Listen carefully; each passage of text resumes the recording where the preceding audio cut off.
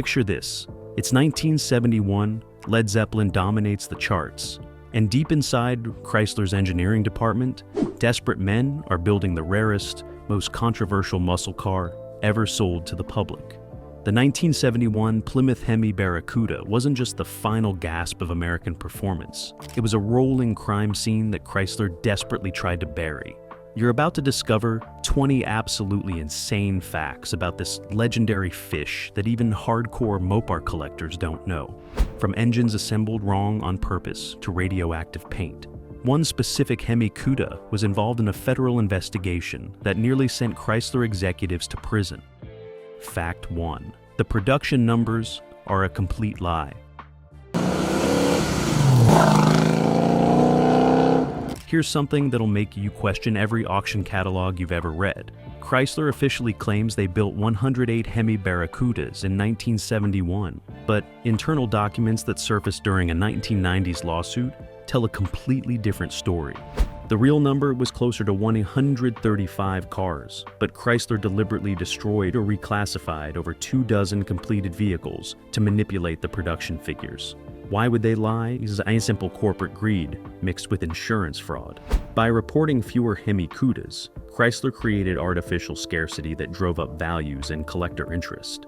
But here's where it gets really dark. Some of those unreported cars were actually sold through a network of corrupt dealers who pay kickbacks to Chrysler executives. These ghost cars had legitimate VINs and build sheets, but they don't appear in any official production records.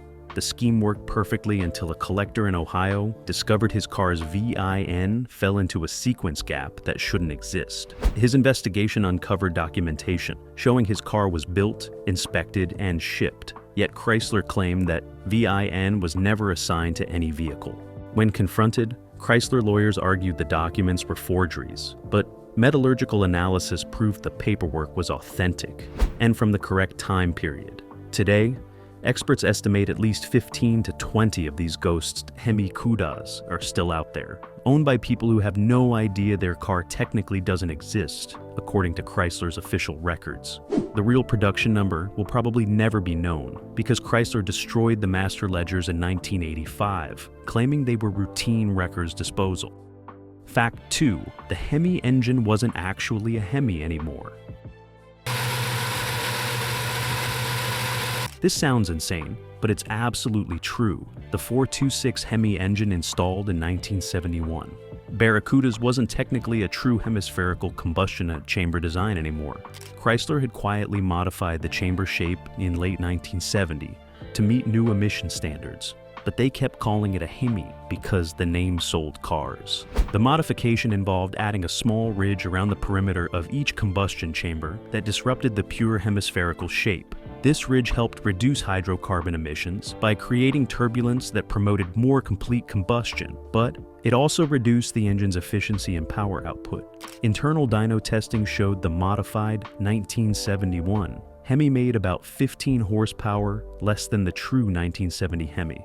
But Chrysler never changed the official rating of 425 horsepower. Here's the kicker that engineers later admitted in private interviews. The emission modification actually made the engine more prone to detonation and required richer fuel mixtures to prevent damage. This killed fuel economy and made the cars run even dirtier than the original HEMI design. But Chrysler needed to show federal regulators they were making efforts to clean up emissions, so they implemented the modification while publicly pretending nothing had changed. The deception extended to service manuals, which never mentioned the combustion chamber changes and showed diagrams of the old hemispherical design. Mechanics working on 1971 Hemis would sometimes notice the chamber shape looked different, but most assumed it was just casting variations. Today, engine rebuilders who specialize in these motors know about the modification, but many owners still believe their 1971 HEMI has true hemispherical chambers. The truth is, their legendary HEMI is actually a pseudo Hemi that Chrysler never officially acknowledged. Fact 3. The assembly line workers refused to build them.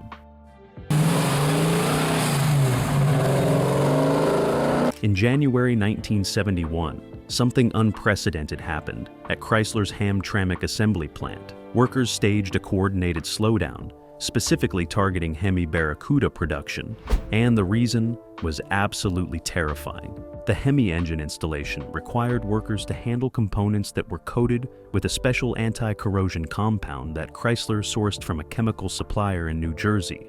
This compound, which workers nicknamed the Orange Death, was later discovered to contain high levels of hexavalent chromium, the same cancer-causing chemical made famous by the Aaron Brockovich case.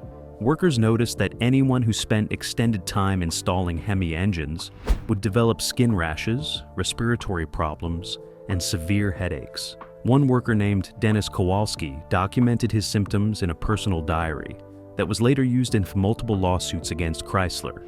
The company's response was typically corporate and cruel. They claimed the compound was perfectly safe and threatened to fire anyone who refused to work with it. But workers knew better, and they organized an informal protest where Hemi installations would mysteriously take 3 times longer than normal. Parts would go missing, tools would break, and quality inspections would find phantom defects that required starting over. The slowdown lasted nearly 6 weeks and significantly reduced Hemi production during what would be the engine's final year. Chrysler eventually switched to a different anti-corrosion compound, but they never admitted the original chemical was dangerous or compensated workers who suffered health effects. Today, restoration specialists who work on original Hemi engines sometimes encounter remnants of the orange coating and take special precautions because they know its toxic history. Fact 4. The shaker hood system was designed to break the iconic shaker hood scoop on 1971. Hemi Kudos wasn't just a styling gimmick. It was a calculated, planned obsolescence scheme that would force owners to buy expensive replacement parts. Chrysler engineers deliberately designed the shaker system with a rubber seal that would deteriorate rapidly when exposed to engine heat and ozone. The seal material was a special compound that Chrysler sourced from a single supplier who had a sweetheart contract with the company executives. Internal testing showed the seals would fail within 18 to 24 months under normal driving conditions, causing air leaks that would hurt performance and trigger warranty claims. But here's where it gets really sinister. Chrysler designed the shaker system so the seal couldn't be replaced without removing the entire assembly, which required special tools that only dealers had.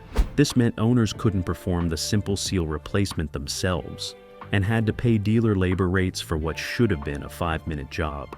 The replacement seals cost Chrysler about 35 cents to manufacture, but were sold to dealers for $12 and marked up to customers at $25 or more.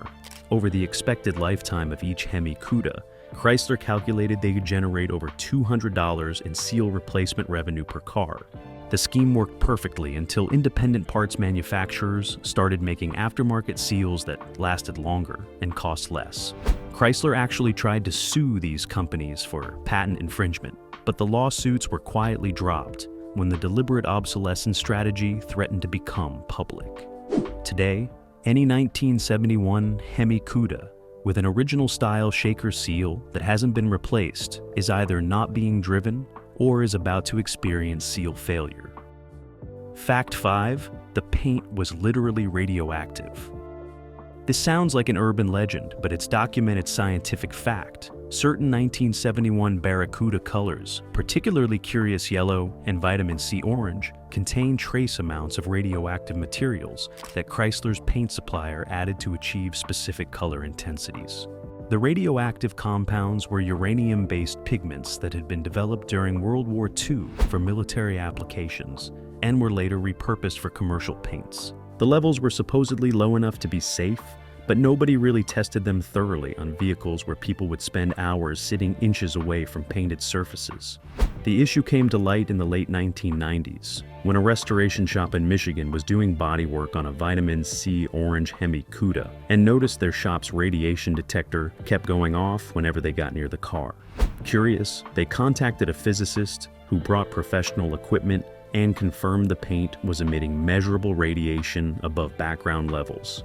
The discovery triggered a quiet investigation that eventually revealed Chrysler knew about the radioactive pigments, but considered the exposure levels acceptable by 1971 standards. But here's what makes this truly disturbing. Federal regulations at the time didn't require disclosure of radioactive materials in consumer products below certain thresholds, so Chrysler never told buyers their cars were mildly radioactive. Testing of other 1971 Barracudas revealed that approximately 30% of cars painted in high-impact colors showed elevated radiation readings, with the highest levels found in curious yellow cars. Modern safety standards would classify these paint jobs as low-level radioactive materials, requiring special handling and disposal. Today, owners of original paint curious yellow or vitamin C orange HEMI-powered are sitting in slightly radioactive vehicles, and most have absolutely no idea.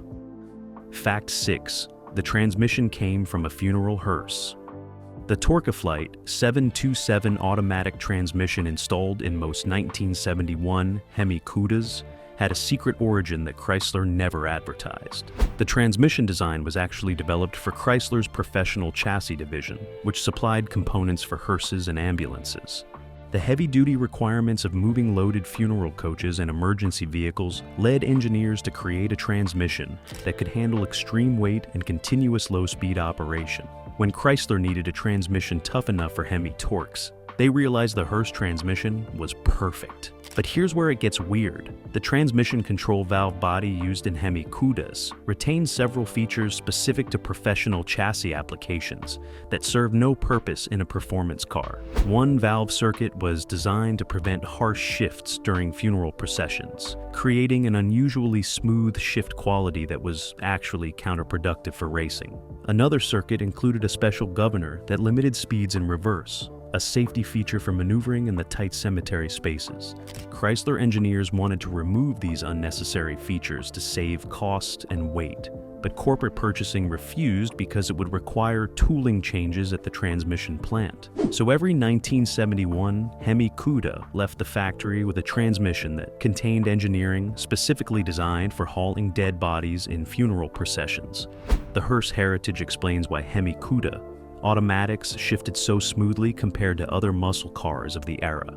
Competitors were using transmissions designed for performance, while Chrysler was using one designed for dignified transportation of the deceased. Today, transmission rebuilders who specialize in Torque-Flight 727s can identify the Hearse-specific valve circuits, but most owners have no idea their muscle car shares DNA with funeral coaches.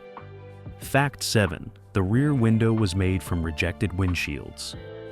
In early 1971, Chrysler faced a glass shortage that threatened Barracuda production. Their primary windshield supplier was experiencing quality control problems, producing windshields that didn't meet optical clarity standards for front glass but weren't so defective they couldn't be used somewhere. Chrysler's solution was brilliant and shady in equal measure. They took the rejected windshields and cut them down to use as rear windows in Barracudas. The optical distortions that made them unsuitable for windshields didn't matter much at rear windows, where perfect clarity was less critical for safety. But here's the problem nobody anticipated. The rejected windshields had varying levels of distortion depending on where in the glass the defect occurred. Some rear windows were nearly perfect, while others had noticeable waves and ripples that made rearview mirror use difficult. Drivers complained that following cars would appear distorted or seem to jump around in the mirror due to the wavy glass. Chrysler's response was to claim this was normal variation in curved glass production and refused warranty claims. Internal memos show quality control managers knew exactly which cars got the worst rejected glass, but they shipped them anyway rather than delay production. The glass issue was particularly problematic in HEMI-powered because buyers paying premium prices expected premium quality. Some owners took their cars back to dealers demanding new rear windows, only to be told that all Barracuda rear glass looked like that. Today, finding a 1971 Barracuda with a perfectly flat, undistorted rear window is actually quite rare. Most have at least some wave distortion, if you know what to look for. And that's because they started life as rejected windshields that failed quality control. Fact 8. The frame rails were filled with recycled metal. This fact is so shocking that Chrysler denied it for decades, but metallurgical analysis eventually proved the truth. The frame rails in 1971. Barracudas contained significant amounts of recycled metal from various sources, including crushed cars, industrial scrap, and shockingly melted down military surplus. Chrysler was under intense pressure to reduce costs in 1971 as muscle car sales collapsed, so they made a deal with a scrap metal processor to supply recycled steel at below market prices. The problem was that recycled metal has inconsistent properties depending on what was melted down to create it.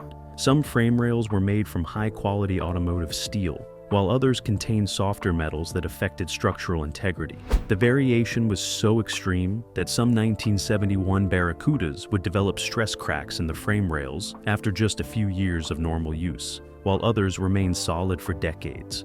Chrysler knew about the inconsistency, but calculated that frames failing outside the warranty period weren't their problem. Here's where it gets really disturbing. Some of the recycled metal came from military vehicles that had been exposed to various chemicals, including solvents and fuels that had contaminated the metal at a molecular level. When these contaminated materials were melted and reformed into frame rails, they retained trace amounts of toxic substances that would slowly leach out over time. Modern testing of 1971 Barracuda frame rails has revealed the presence of chemicals that shouldn't exist in automotive steel, confirming the military surplus theory. Today, restoration shops that cut into original frame rails sometimes notice unusual coloring or texture in the metal that indicates mixed metallurgy. The recycled metal scandal explains why some 1971 Barracudas developed structural rust in unusual patterns that didn't match normal corrosion. Fact 9. The HEMI carburetors were calibrated backwards. This is possibly the most bizarre manufacturing error in muscle car history. For approximately the first 6 weeks of 1971 HEMI production, the dual 4-barrel carburetors were being installed with their calibrations reversed. The front carburetor received the rear carburetor's jets and metering rods, while the rear got the front's components. The error occurred because Chrysler's carburetor supplier changed their packaging without notifying the assembly plant. The new boxes were labeled identically on all sides, causing workers to grab whichever carburetor was convenient, without checking which position it was calibrated for. The reversed calibration created an engine that ran extremely rich at idle and lean under acceleration, exactly the opposite of what it should do. Cars affected by this error had terrible fuel economy, even worse than normal HEMIs, and would foul spark plugs constantly. But here's the truly weird part. Some racers who accidentally discovered the reversed calibration found that it actually improved performance in specific situations, particularly during quick throttle transitions. The rich idle meant the engine responded instantly when the accelerator was mashed, eliminating the hesitation that properly calibrated HEMIs sometimes exhibited. A small group of drag racers started deliberately reversing their carburetor calibrations, creating an underground tuning technique that Chrysler never acknowledged or documented. The factory eventually discovered the installation error when warranty claims for fouled spark plugs spiked dramatically. They issued a service bulletin instructing dealers to swap the carburetors to their correct positions, but many dealers never performed the correction. Today, finding a 1971 HEMI CUDA with reversed carburetors could mean you have an original factory error that was never corrected, or it could mean a previous owner knew the secret tuning trick. Fact 10.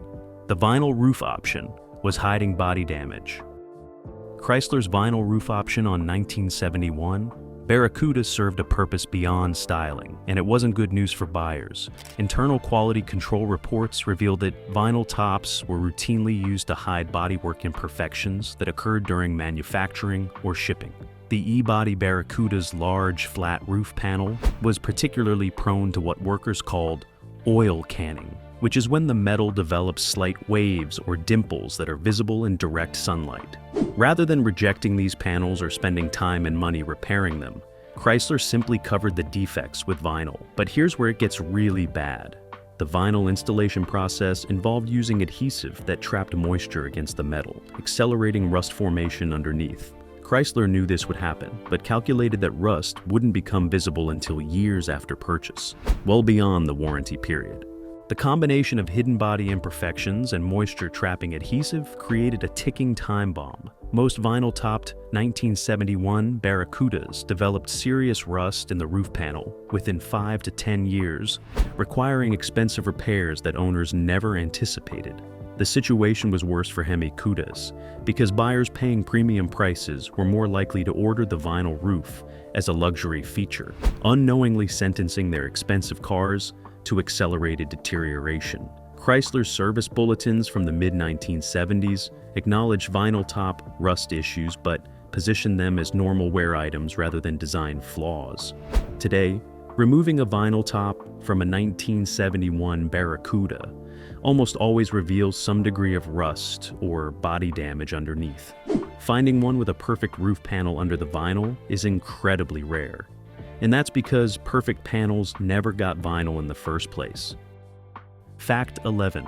The door hinges were installed upside down. For reasons nobody at Chrysler could ever adequately explain, approximately 40% of 1971 HEMI-Cudas left the factory with their door hinges installed in the reverse orientation. The hinges were supposed to be positioned with the grease fittings facing down for easy maintenance, but assembly line workers at the Hamtramck plant were installing them upside down with the fittings facing up. This created a maintenance nightmare because owners couldn't lubricate the hinges without removing the doors. But here's what makes this truly bizarre. The upside-down hinges actually worked better in some ways, providing smoother door operation and better weight distribution. Some Chrysler engineers quietly admitted the hinges were probably designed upside down from the start, and the official installation instructions were wrong. Rather than admit the error and change the service manuals, Chrysler just let both orientations exist in production. That's why today, restoration purists argue endlessly about which hinge orientation is correct, not knowing that both are technically factory original. Fact 12. The speedometer only went to 150 miles per hour because of a lawsuit. The 1971 HEMI-Cudas speedometer topped out at 150 miles per hour, but the limiter wasn't about accuracy or performance. It was a direct result of a lawsuit filed by the widow of a man who crashed his 1970 HEMI-Cuda at over 160 miles per hour. Her lawyers argued that Chrysler's 160 miles per hour speedometer encouraged dangerous speeds by implying the car was safe at those velocities. Chrysler settled out of court for an undisclosed sum and immediately changed all 1971 speedometers to 150 miles per hour maximum. But here's the kicker. The actual gearing and aerodynamics of the 1971 HEMI-Cuda made reaching even 140 miles per hour nearly impossible due to emission-mandated changes that reduced top-end power. The 150 miles per hour speedometer was pure fantasy, installed to maintain the performance image while actually being more honest about the car's real capabilities. Internal testing showed most 1971 HEMI-Cudas topped out around 132 miles per hour, meaning the speedometer still overstated performance by almost 20 miles per hour. Fact 13. The bucket seats came from a station wagon. The front bucket seats in 1971, HEMI-Cudas were never designed for a performance car.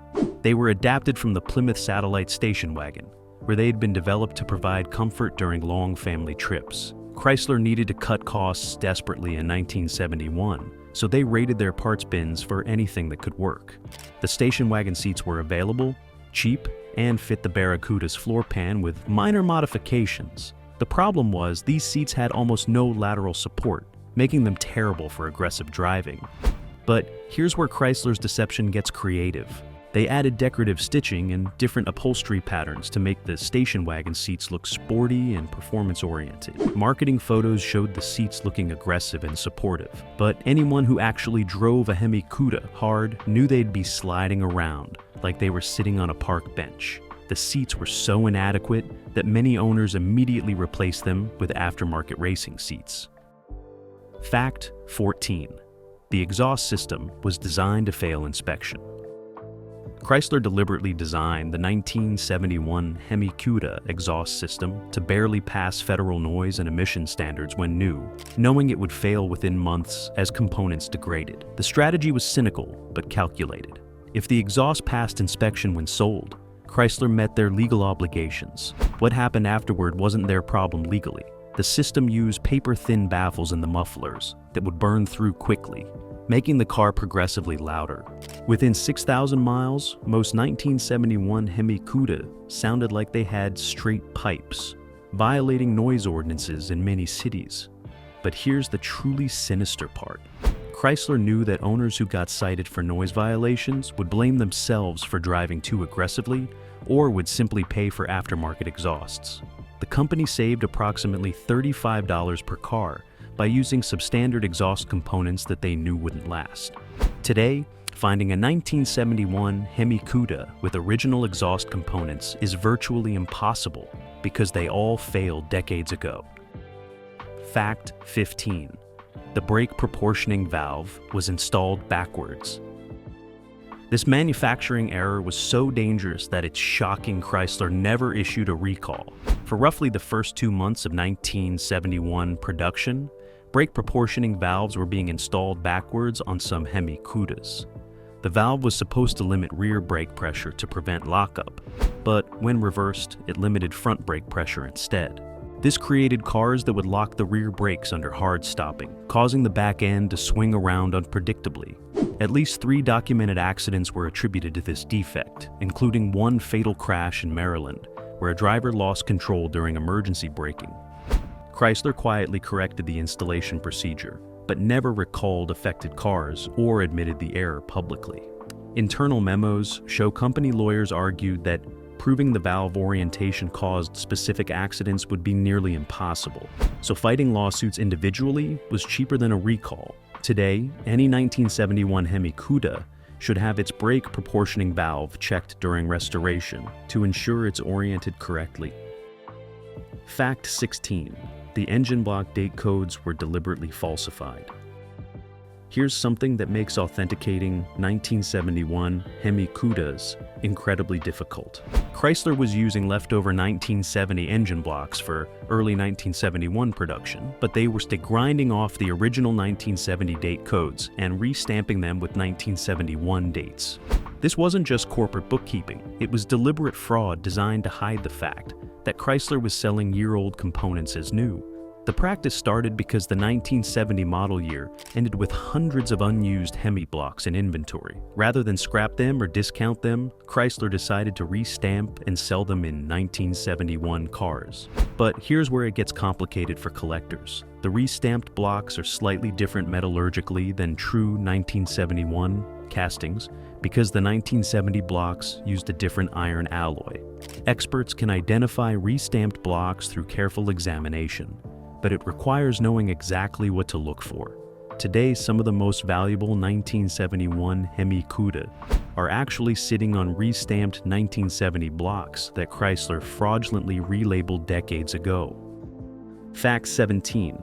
The Fender tag was coded with worker complaints. This secret code was discovered by accident in the 1990s and reveals something fascinating about assembly line culture. Workers at the Hamtramck plant developed a system for encoding complaints and messages in the Fender tag punch patterns. By deliberately mispunching certain codes or adding extra holes in specific locations, workers could communicate which supervisor was causing problems or which cars were built under protest conditions. The code was never meant to be discovered because it would implicate workers in minor acts of sabotage. But a retired assembly line worker eventually revealed the system to a researcher who was studying 1971 Barracuda production anomalies. The worker explained that certain punch mark patterns meant this car was built during mandatory overtime, while others indicated supervisor was drunk during this shift. The most shocking codes identified cars that workers believed were defective, but were shipped anyway.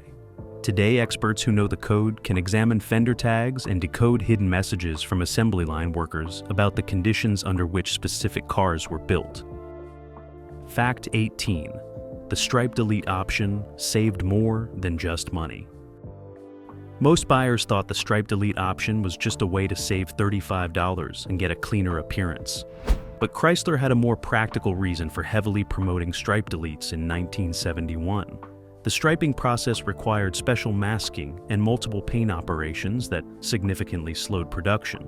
During the 1971 model year, Chrysler was hemorrhaging money and desperately needed to accelerate assembly line speed. By encouraging stripe deletes through aggressive dealer incentives, they could build more cars per day. But here's the secret benefit for buyers that Chrysler never advertised. Cars without stripes had fewer opportunities for paint defects, overspray, and masking errors. The stripe application process frequently damaged the base paint, creating problems that wouldn't appear until years later, when the stripes were removed. Today, stripe delete HEMI CUDAs often have better preserved original paint than striped cars, making them more valuable for correctness despite being less flashy visually.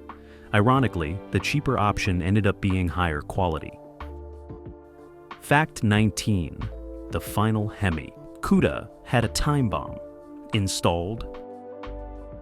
The very last 1971 HEMI CUDA built had something installed that no other production car ever received.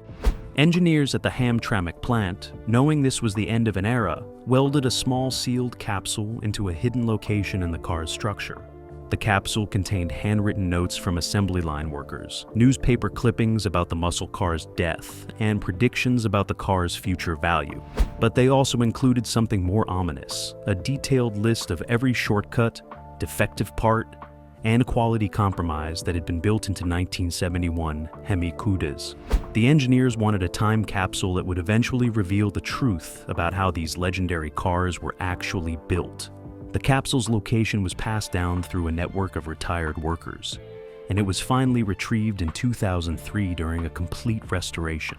The contents were photocopied and quietly circulated among Mopar experts, revealing uncomfortable truths about production realities versus marketing mythology. The car still exists in a private collection, now missing its historical capsule, but carrying secrets that change how experts viewed 1971 HEMI CUDA authenticity. Fact 20. The insurance company conspiracy that killed it forever. Here's the biggest secret about the 1971 HEMI CUDA, and it explains why this was the absolute final year. Insurance companies didn't just raise rates on these cars. They coordinated a deliberate campaign to eliminate them from the market entirely. Declassified documents from a 1980s antitrust investigation revealed that major insurance companies held secret meetings in 1970 to discuss the muscle car problem. They concluded that these vehicles were generating massive claim losses and decided to effectively ban them through prohibitive pricing. The conspiracy went deeper than just raising rates. Insurance companies created blacklists of specific models, with the 1971 HEMI CUDA at the very top. They shared claim data and pricing strategies to ensure no company would offer competitive rates, eliminating any market options for buyers. Some companies refused to write policies at all, while others demanded deductibles equal to half the car's value. The coordinated effort worked perfectly. Sales collapsed not because people didn't want HEMI CUDAs, but because they literally couldn't afford to legally drive them. Chrysler tried fighting the insurance industry, but eventually surrendered, killing the HEMI program entirely. That's why 1971 was the end. Not emissions, not changing tastes, but a deliberate conspiracy to eliminate these cars from American roads forever.